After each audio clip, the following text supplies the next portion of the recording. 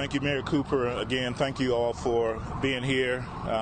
Just an update from today's press conference. We've identified the shooter as Audrey Hale, 28-year-old female that lived in the Nashville area. We have investigations ongoing now at the residence on Brightwood Avenue. And we have made contact with the father that lived at that residence and are putting together more information. We've also determined there were maps drawn of the school in detail of surveillance, entry points, etc. We know and believe that entry was gained through shooting through one of the doors is how they actually got into the school.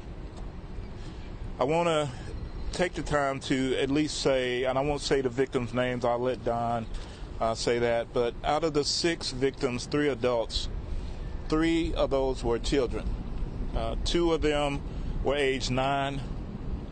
1 was 8, about to be 9. All the families have been contacted. The victims' families have been contacted as well. My thoughts and prayers go out to the family. When we send our kids to school or to any place of safety, we expect them to live, learn, have fun, and come back from that day's experience. We don't anticipate things like this. And I want to say thank you to our partners, to Chief Swan, to Glenn Funk, to our mayor for his support, to our federal partners.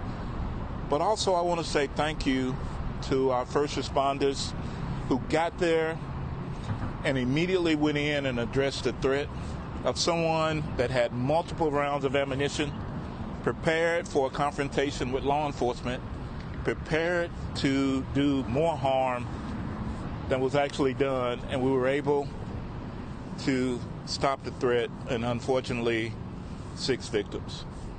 So my thoughts and prayers again, but the praise go to the men and women. As I've said before, we will not wait. I was hoping this day would never ever come here in this city, but we would never wait to make entry and to go in and to stop a threat, especially when it deals with our children. So thank you.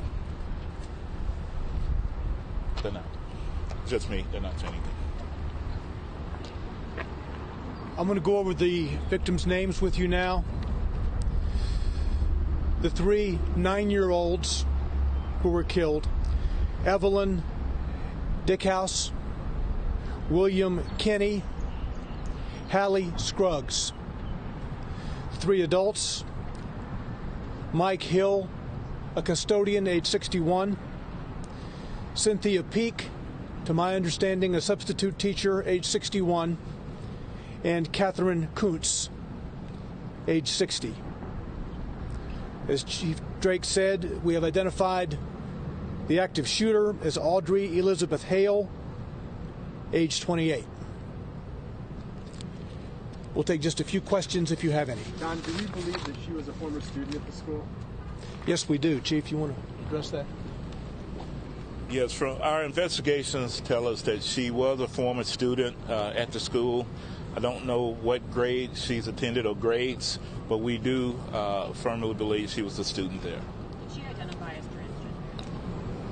She does identify as transgender, yes. Is there any reason to believe the shooter first went to the church before going to the school? I can't give you that information. Sure, we know that the minute the calls came in, we responded to the church, so to the school. To the school. Yeah. Yeah. Was there 2 officers that went in when they first got there? Do you know how many there was when they first entered the building? So it was 5 officers that immediately went in and addressed. We have video that we're going to release, but you can see in the video, you can hear gunfire going on as they're in the school. They address the threat and take that threat down. And Chief, what do we know about her weapon? So we know there were 2 AR-style weapons, one a rifle, another was an AR-style pistol, and the other was a handgun. We believe 2 of those may have been obtained legally, locally here. Can you confirm that one of the adult victims, Catherine Cooks, was head of the school? Was what? Was head of the school? There was some, I don't know her exact capacity within the school, but it was higher up in the echelon. And were any of the children victims related to any of the school staff? Unsure. I believe one may have been, but I can't confirm that. Did the shooter have any criminal history at all? No history at all. And no motive at this point? Anything discovered in the apartment or house? No, we have a manifesto. We have some writings that we're going over that pertain to this day, the actual incident. We have a map drawn out of how this was all going to take place. There's right now a theory of that we may be able to talk about later, but it's not confirmed, and so we'll put that out as soon as we can. And Chief, is there any reason to believe that how she identifies with white? I'm sorry, I knocked someone's mic over. I didn't hear you. Say that again, sir. Is there any reason to believe that how she identifies has any motive for targeting the school? We can give you that at a later time. There is some theory to that. We're investigating all the leads, and once we know exactly, we'll let you know. So was this a targeted attack? It was.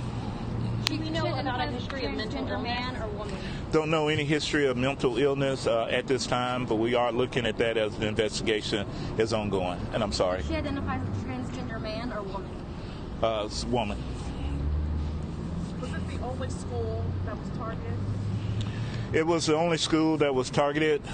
There was another location that was mentioned, but because of a threat assessment by the suspect, too much security, they decided not to. And that area was here in Nashville, so we're continuing with that investigation as well. Right now, we believe it's a lone assailant, and we don't anticipate any further damage at this time, but we're still investigating. This Brightwood address, she lived there with her parents? Or? Yes. Okay. Yes. Mm-hmm. Okay. Thank you. So the scene is going to be processed throughout the night, probably into tomorrow. This is an extensive scene. As you know, she entered the building, which is one structure. The church and the school are in one building. She entered on the lower floor. There were shots fired on the lower floor before she went to the upper level, and it was on the upper level where she was confronted by police and killed. So understand the scene processing will take place over at least 2 days, today and tomorrow.